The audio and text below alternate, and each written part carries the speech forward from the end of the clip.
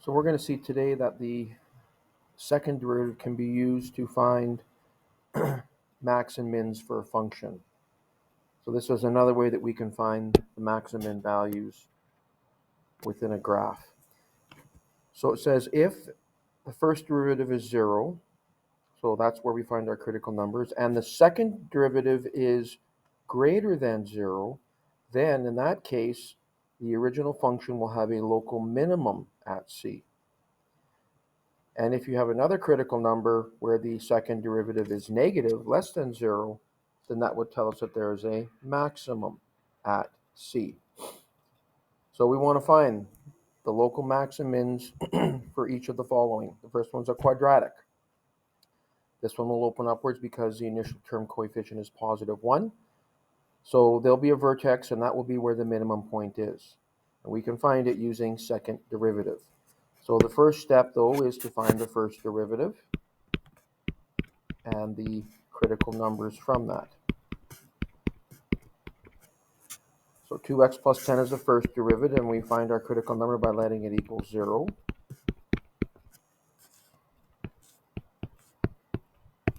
So our critical number is at negative 5. So now, when we find the second derivative, or the value of the, actually first we got to find the second derivative. So let's do that. Now in this case here, the second derivative is a constant, positive 2. So we don't even have to plug the critical number into that because the second derivative is a constant. But the fact that it's positive tells us that there is a minimum value. The vertex in this case will occur at f at negative 5. And you can let x equal negative 5 in the original equation to get the actual point where that vertex lies, where that minimum value is. Negative 5 all squared is 25, minus 50 is negative 25, plus 17 is negative 8. So our minimum in this case, it would be an absolute minimum, would be at negative 5, comma, negative 8. Okay. So even though the second derivative is a constant, it still confirms to us that the vertex is a minimum because the value of the second derivative is positive. It's a constant. So same thing with this one. This graph will open downwards. It's a quadratic that opens downwards, so the vertex will be a maximum point. And we will confirm that by using the second derivative. So the first derivative is negative 2x plus 6. The critical number there we'll find again by letting it equal 0. And that will be where x equals positive 3. The second derivative, again, will be a constant. It is just negative 2. And when the second derivative is negative, normally it's at the value of the critical number, positive 3. But in this case, because the second derivative is a negative, that confirms to us that we have a maximum point at f at 3. And again, we can find out what that is, what the y value is there, to actually state our point. It would be negative 9 plus 18 minus 10, which is negative 1. So the maximum here, the vertex is at 3, comma, negative 1. So it seems a bit kind of redundant when you have a quadratic, but now we'll get a third degree polynomial, and we really see the value of the second derivative test here. But first we have to find the first derivative.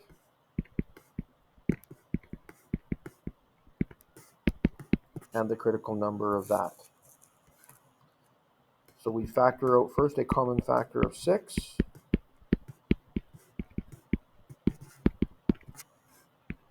And then the quadratic factors to x plus 2, x plus 3. which gives us critical numbers at -2 and -3. So before we would normally grab our number line, put these 2 points on there, set up our intervals, find the value of the derivative in each interval, but now we can use the second derivative. Second derivative will be 12x plus 30.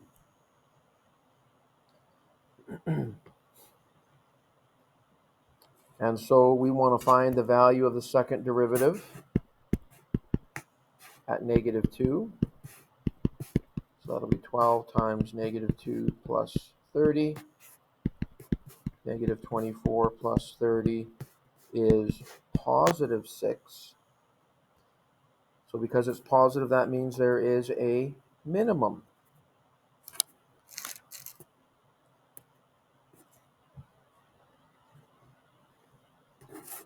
So we have a minimum at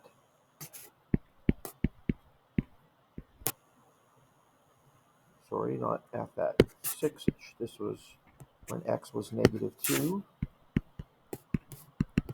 And if you plug that into the original equation, you'll get -40. So there's our minimum point. The value of the second derivative at our other critical number of -3, 12 times -3 is -36, plus 30 is -6. So because it's a negative value, that means that there is a maximum at f at -3. And if you let x equal -3 in the original equation, you will get -6. Sorry, -39 is where the local maximum point is. Okay, so kind of see the value of the second derivative. It makes it so that we don't have to set up our number line if we don't want to, and find the values in each interval to determine whether the function is increasing or decreasing.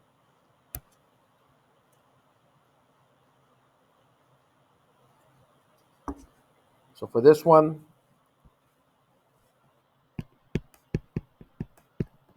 first derivative is 3x squared minus 12.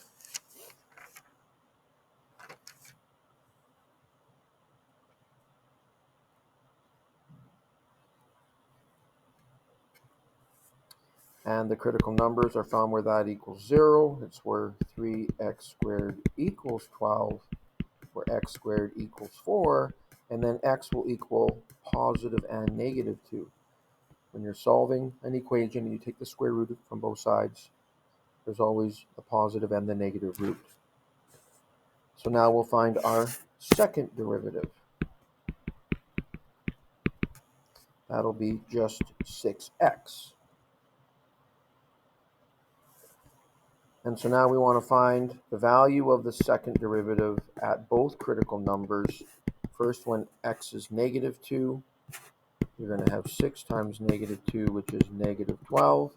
Because it's negative, that means that there's a maximum at f at -2. And if you let x equal -2 in the original equation, you'll get positive 21. So that's where that maximum point is. The value of the second derivative at positive 2 would be 6 times positive 2, which is positive 12. Because it's positive, that means that there's a minimum at f at 2. And when you let x equal 2 in the original equation, you'll get -11. So this gives us one more tool to use if we want to help us sketch our graphs. So in this case here, we want to determine the intercepts, intervals of increase, decrease, local max, mins, concavity, any points of inflection, and also sketch the graph. So in this case here, I'll tell you right off the start, it's not factorable. Okay, there is no common factor. If you use factor theorem, you would find that there are no factors. So all that means is that the x-intercepts that do exist are irrational. And we'll be able to kind of see where those are approximately once we actually sketch our graph. But we know that the y-intercept is the value of the constant term, so that would be -6 in this case. So we have that. So let's move on to the first derivative, which will be 12x squared minus 6x minus 36. And like we always do, we'll find the critical numbers for this. There's a common factor of 6.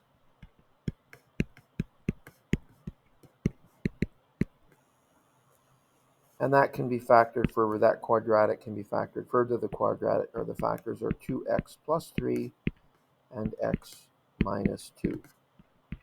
Okay, the last terms multiply to get -6. The front terms multiply to get 2x squared. The outer product is -4x. The inner product plus 3x. That gives you the 1x in the middle, the -1x. So our critical numbers will be where each factor equals 0. That'll be at -3/2 and +2. So now let's find the second derivative so that we can see those values of -3/2 and 2. Are they max or mins? So the second derivative would be 24x minus 6. The value of the second derivative at -3/2 or -1.5.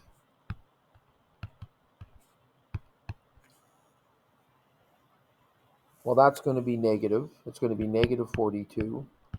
So because it's less than 0, that means that there is a maximum at f at -3/2. And the value there is 27.75 when you let x equal -3/2 in the original expression. So now we'll find f double prime at +2. So that'll be 24 times +2, which is 48, minus 6 is +42. So because it's positive, that means that there's a minimum at f at 2. And if you let x equal +2 in the original equation, you get a y value of -58. As we saw in the last lesson, if we find out where the second derivative, is positive, that means the graph is concave up. Where the second derivative is negative, that means it is concave down. So this will give us our concavity.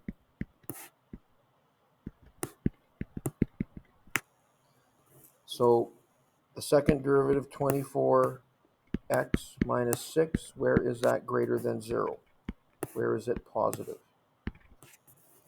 And that will be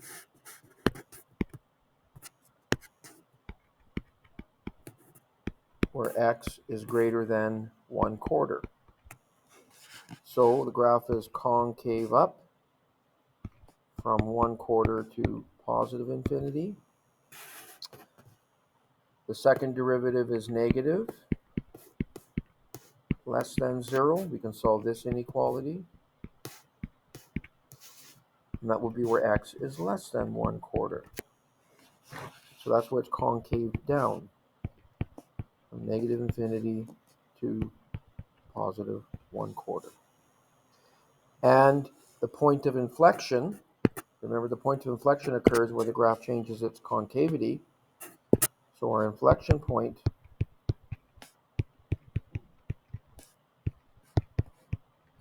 will be at f at 1/4.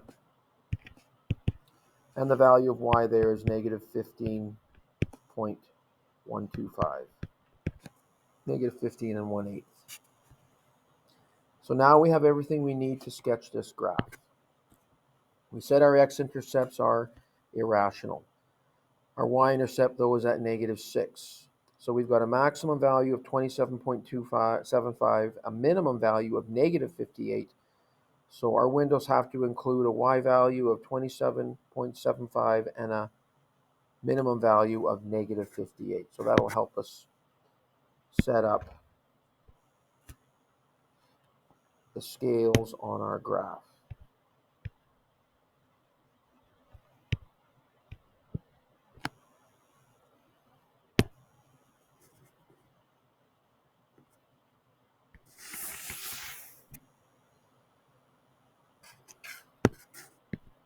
So I'm going to put a scale of positive 10 on the y-axis.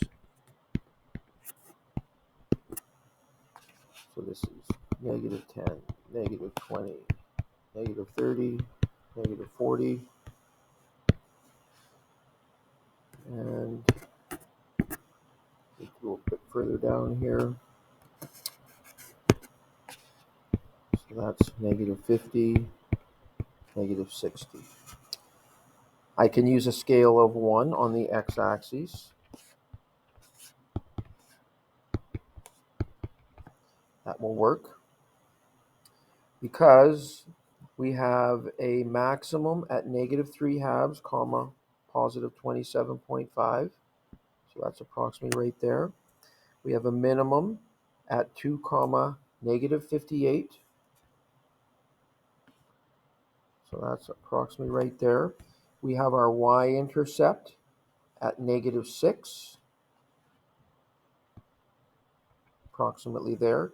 And we have our point of inflection at 1/4 comma negative 15.125.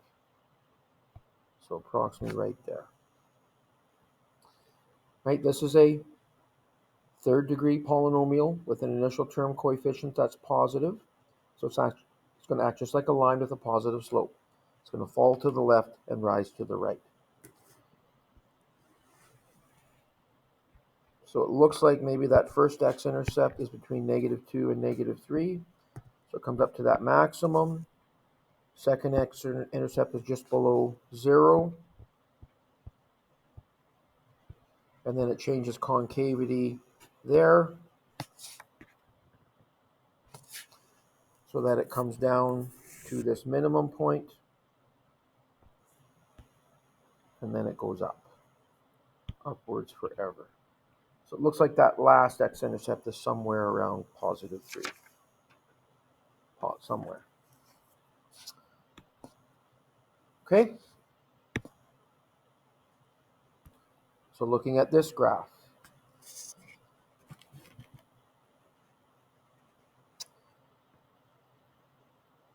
This graph goes through the point 0, 0 because the y-intercept will be 0. That's our constant term.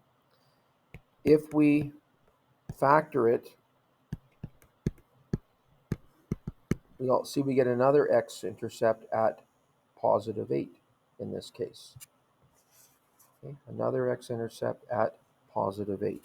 So our x-intercepts are at 0 and 8, and because 0 is an x-intercept, the y-intercept will be 0 as well. Right, so we have that. This is a fourth degree polynomial. Initial term coefficient is positive, so it's going to open upwards. First derivative will be 4x cubed minus 24x squared. So finding the critical numbers for that, there's a common factor of 4x squared, which will leave us with x minus 6. So our critical numbers are at 0 and at positive 6. If we find the second derivative will be 12x squared minus 24x. Sorry, minus 48x.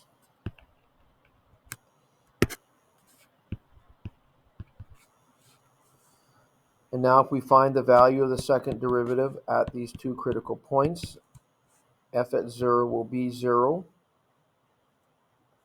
So it doesn't have a value of positive or negative, so we're not sure what's going to happen just yet, but we're going to see what happens in a little bit here at 0. But this other critical number of the first derivative at 6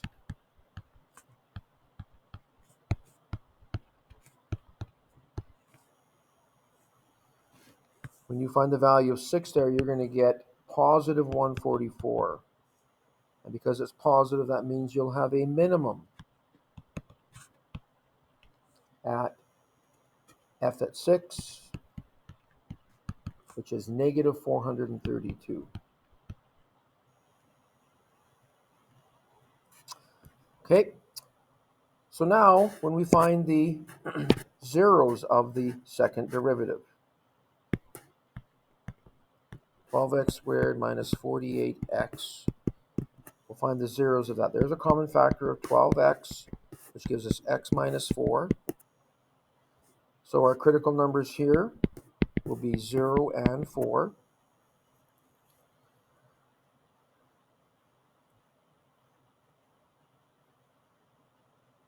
And let's set up a number line here to see what's happening to the second derivative in each of these intervals. When x is something less than 0, let's say negative 1, you're going to have a negative times a negative, which is a positive. That tells us that the graph is concave up in this interval. Between 0 and 4, like a value like positive 1, you're going to have a positive times a negative, which is negative, so the graph is concave down there. And after 4, a number like positive 5, they're both positive, so the graph is concave up, which means we have points of inflection. Remember, they occur wherever the concavity changes. At f at 0, and when you let x equal 0, you'll get 0, so now we know what's happening at 0, 0. There's actually a point of inflection there. But there's another one at positive 4, which gives you a y value of negative 56. So this gives us everything we need to graph. Some of the y values we have to graph are quite small. Negative 256 is a point of inflection. Negative 432 is our minimum value. So we have to make sure that our windows will allow us to do that, which means we're probably going to use a scale of 100 on this graph.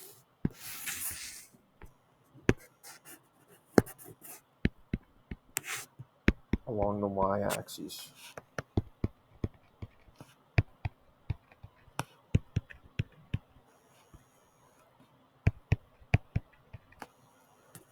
But we can use a scale of 1 on the x-axis. That's going to work just fine for us. So,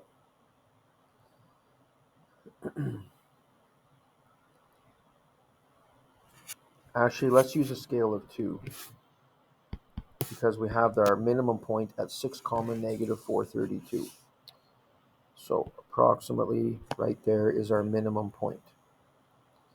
We have points of inflection at 0, 0, and at 4, negative 256, approximately there. Again, this graph, we also have our x-intercepts at 0 and at positive 8. So there's our last x-intercept. So the graph comes down. There's a point of inflection at 0, 0. Another one at 4,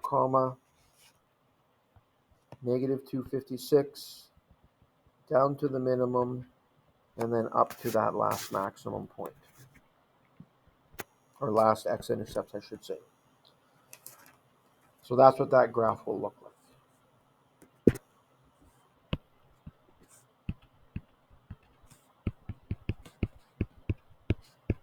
So these are the questions that you should be working on. I have the solutions posted to Google Classroom, so you can always check your work. Okay? All right, you guys have a great day.